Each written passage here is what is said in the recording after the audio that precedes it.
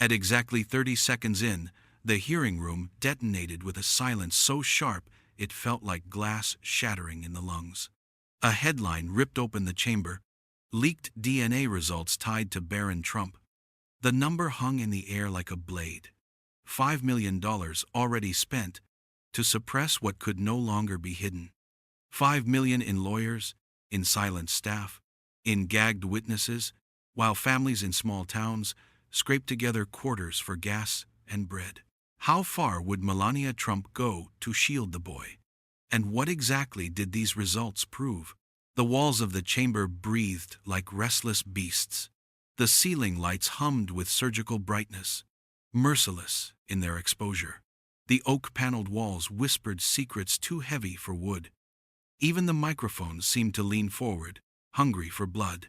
Melania Trump sat stone still, eyes glassy, lips taut, while whispers threaded through the crowd like blades slicing through silk. Jasmine Crockett adjusted her chair with deliberate calm.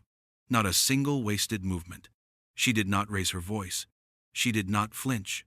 Her silence itself had fangs. The stakes were not abstract. On the screen behind her, photographs appeared, small faces blurred in half-light. Staff children who had been shoved aside by hush-money settlements, their parents forced to sign documents under threat of financial ruin. A single image froze the room. One boy, 12 years old, named Anthony Rivera, whose father lost his job after refusing to destroy medical records that hinted at the truth. Anthony now lived in a one-bedroom apartment with 4 siblings, the eviction notice taped to their door like a scar. The menace thickened. Social media feeds pulsed live in the lower corners of the broadcast. Comments flashed. Mothers texting their daughters. Fathers slamming kitchen tables. Teenagers holding up phones and saying, "Watch this, history is bleeding." Crowds gathered outside with signs that read, "Truth is not negotiable," and the chants bled through the marble walls, rhythmic, pulsing like a second heartbeat in the chamber. Jasmine's hand rested on a single manila envelope. Its edges were frayed as though it had fought its way through too many hands. The paper inside was thick, almost pulpy, like it could bleed ink if pressed too hard. The envelope itself seemed to breathe, the flap trembling as if eager to speak. Every eye in the room followed her fingertips, tracing the seal. She leaned forward, her voice low but scalpel sharp. "You can buy silence with $5 million. You can even bury the truth in vaults of marble. But truth doesn't need your permission to exist." The words sliced through the chamber like steel across silk. Melania's jaw tightened. Somewhere in the second row, a hand clutched a rosary so tight the beads cracked. The question hovered, electric, heavier than any gavel. Whose DNA was it? And why had so many lives been shattered to keep it quiet? The envelope pulsed. The air bled. The silence screamed for rupture. The silence had not even settled when Jasmine Crockett slid the manila envelope onto the witness table with surgical precision. The paper hit the wood with a sound that was not a thud, but a cut, like a blade scoring flesh. Every camera zoomed in. The envelope twitched beneath the light, as if it knew it contained the death of a lie. She opened it slowly, peeling back the seal as if skinning the last defense of a carefully crafted illusion. The documents inside were heavy, their weight almost obscene for something made of paper. They breathed with the thickness of truth. When she spread them on the table, the texture gleamed, pages crisp but trembling like they had been waiting decades to be heard. She did not read immediately. Instead, she let the crowd choke on anticipation. Every second felt like glass dragging against a vein. Finally, her voice, calm and deliberate, filled the chamber. "This," Jasmine said, raising the first page so the seal of the lab caught the fluorescent glare, "is a verified DNA analysis, paid for, concealed, and buried under $5 million in hush money." Gasps detonated. The room quaked. Melania Trump shifted for the first time, her fingers clawing at the leather armrests as though her very body resisted gravity. Cameras caught her lips move without sound, a whisper to no one. Jasmine pressed forward. Do you know what 5 million could have done for real families? It could have saved 200 cancer patients at Parkland Hospital from losing treatment. It could have kept 300 teachers from being laid off in Texas schools. Instead, it was spent to silence nurses, to threaten lab techs, and to erase the testimony of one man, Dr. Harold Whitaker, the geneticist who ran the original sample. The chamber cracked open when the next screen lit up. A deposition video. Dr. Whitaker's trembling voice filled the room. I was told to burn the backup files. I refused. The next day, my car was vandalized. My children followed home from school. I signed the non-disclosure agreement because they told me my wife would lose her medical license if I didn't. His eyes filled with tears on the recording. I couldn't protect them. I couldn't fight $5 million. The audience in the chamber erupted. Mothers cried into tissues. Young men shouted that it was always the children who paid the price. Outside, chants grew louder, rippling like thunder. Online feeds exploded with clips. One sentence over and over again. Truth doesn't need your permission to exist. It was being tattooed into digital history in real time. Melania Trump leaned forward, voice trembling but still defiant. This is my family. This is my son. You have no right. Jasmine did not blink. She raised the second page with gloved fingers, holding it high enough for cameras to capture the highlighted line in surgical clarity. Rights are not bought with $5 million. They are lived, or they are stolen. And this, she said, tapping the line with the edge of her nail, is the name of the man whose DNA matches Barron Trump. The room exhaled in horror, but Jasmine had not yet spoken the name. That would come next. The room was still reeling when Jasmine Crockett's fingertip froze over the highlighted name. The letters glowed beneath the surgical light, black ink that seemed to pulse like a wound refusing to close. She let the silence suffocate for one long moment, then spoke with scalpel precision. The DNA results, she said, each word clipped clean. Match Donald J. Trump, not as father, but as uncle. The chamber ruptured. Gasps sliced the air. Reporters dropped pens like weapons, clattering to the floor. Screens lit with instant headlines. The words spinning across the globe before the echoes faded from the room. Melania Trump lurched forward, her voice breaking through her carefully cultivated calm. You lie! That is impossible! This is slander! Her hands shook, papers scattering like feathers torn from a bird. But Jasmine did not move faster. She moved sharper. She raised the document higher, the official seal bleeding gold under the fluorescent glow.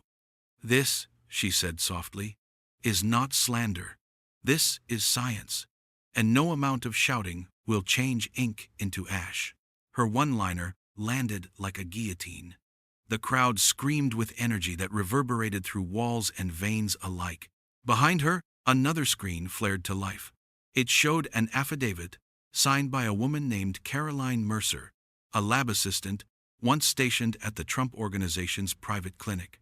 Her testimony was clear. She had been ordered to rerun the DNA tests until the results fit a desired narrative. She refused. Days later, her husband was fired from his construction job and their health insurance stripped. Caroline's 3-year-old daughter, Emma, diagnosed with juvenile diabetes, lost coverage for her insulin. Jasmine's voice softened, but carried across the chamber like a hammer striking glass. Emma is now rationing doses. A 3-year-old child, rationing insulin, because Melania Trump decided her pride was worth more than a life. The crowd chanted Emma's name. Protesters outside lit candles, their flames dancing in the night air. A vigil that spread on live feeds across every platform. Donald Trump himself appeared on a split screen, phoning in from Mar-a-Lago. His voice boomed, brash and indignant. This is a witch hunt, the biggest hoax in history. Jasmine Crockett is a disgrace, a total loser. She should be ashamed of herself, tearing apart families. Jasmine waited for the echo of his bluster to fade, then delivered her line with surgical calm. You don't tear apart families with documents. You tear them apart with lies. The hearing room gasped as though oxygen had been stolen from the air. Trump's face flushed scarlet on screen. The collapse beginning. His words sputtered, his rhythm breaking, his bluster fraying at the edges. Jasmine turned back to Melania, who sat rigid, the steel in her eyes cracking like porcelain under pressure. Jasmine laid the final page flat on the table, sliding it toward her. The paper hissed as it moved, a serpent of truth. "Tell us, Melania," Jasmine said, her voice almost tender. "How many more children must bleed so that your secret can breathe?" The question hung, venomous and undeniable, while the documents whispered louder than any denial could. Before the echoes of Jasmine Crockett's question had even faded, the room convulsed with noise. Some shouted, some sobbed, some simply froze, unable to process the truth now bleeding across marble floors. The cameras trembled in their operators' hands, the lens shaking as if they too recoiled from the weight of the revelation. Jasmine did not flinch. With surgical calm, she reached for a second folder, thinner but sharper, bound in a crimson ribbon that seemed almost to pulse with heat. She pulled it free, the ribbon falling away like shed skin. The folder itself looked battered, its edges frayed from years of concealment. She spread it open, and a stack of sworn depositions spilled onto the table, each signature thick with the ink of fear. Her fingers traced the top sheet, with the tenderness of a surgeon preparing for incision.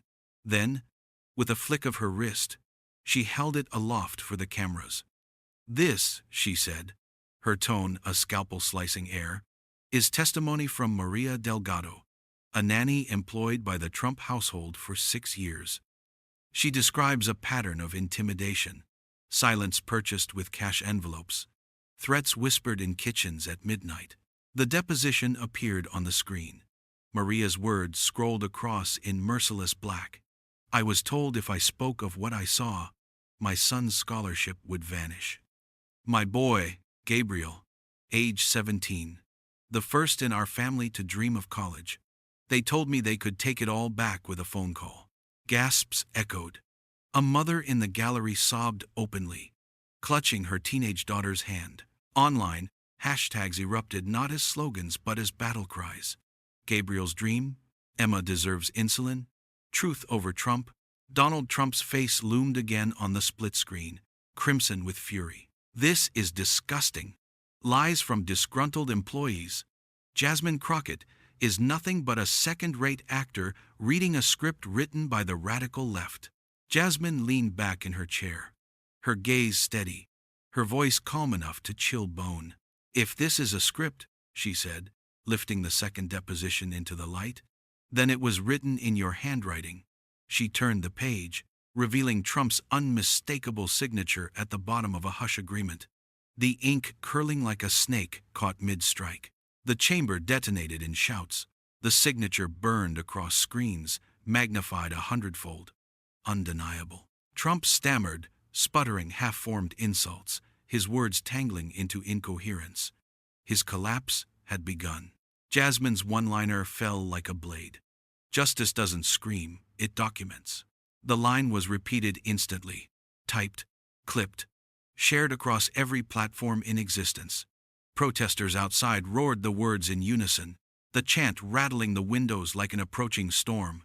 Melania Trump clutched the hush agreement as if it were the last shard of her defense, but the paper itself betrayed her. It crinkled under her trembling hands, whispering its secrets into the microphones. Jasmine placed her palm flat on the table, her tone measured, merciless. "Every page in this folder is a life you tried to erase. Every dollar spent was a stolen heartbeat. And today, those heartbeats return." The chamber held its breath. The collapse was accelerating. The chamber seemed to collapse inward as Jasmine Crockett's words reverberated, heavy as falling stone. Melania Trump's knuckles whitened against the hush agreement, her breath shallow, lips twitching with denials that never reached sound. Donald Trump's voice, once booming from the split screen, sputtered into static. The empire of bluster was cracking in real time. Jasmine reached for the final document bundle. It was thicker than the others, bound with a black clip that snapped open with a sound like bone breaking.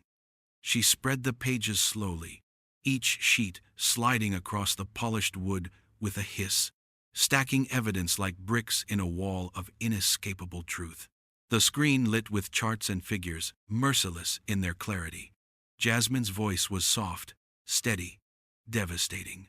$10 million. That is the total spent across 12 years to bury these results.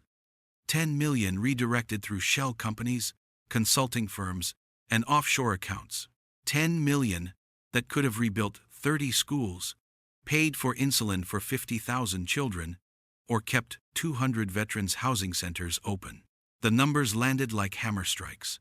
The crowd roared with fury, the kind that curdles into tears.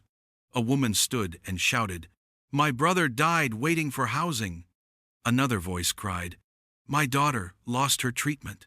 The human cost filled the air, heavy as smoke. Jasmine raised her eyes, pinning Melania with a gaze that sliced through her last defenses. "You did not just protect your secret," she said. Each word deliberate. "You stole futures. You stole time." The one-liner detonated. Viewers at home clutched phones to their chests. Elderly couples nodded with tears in their eyes. Teenagers recorded themselves whispering the phrase like a vow. Protesters outside carved it into their chants, each word slamming against the walls in rhythm. Melania whispered, broken now, "He's just a boy. My boy. Please." Her hands trembled, clutching the papers that now betrayed her. Jasmine did not strike with cruelty. She struck with precision. "He is innocent, but you are not. You chose pride over people, silence over children, lies over lives." Donald Trump erupted again, voice shrill, almost pleading. "This is a disgrace, a family matter. Nobody cares about these numbers." Jasmine lifted the stack of evidence high, her voice cutting through his desperation. "Numbers don't lie, and neither do the families left in their wake." The hearing room exploded in applause and cries. Reporters shouted questions over one another, their words lost in the thunder of protest chants, bleeding through the walls. The marble seemed to tremble, the air vibrating with a single truth that could not be buried again. On live feeds, millions shared clips. Children repeated Jasmine's words in classrooms. Workers paused on factory lines to watch.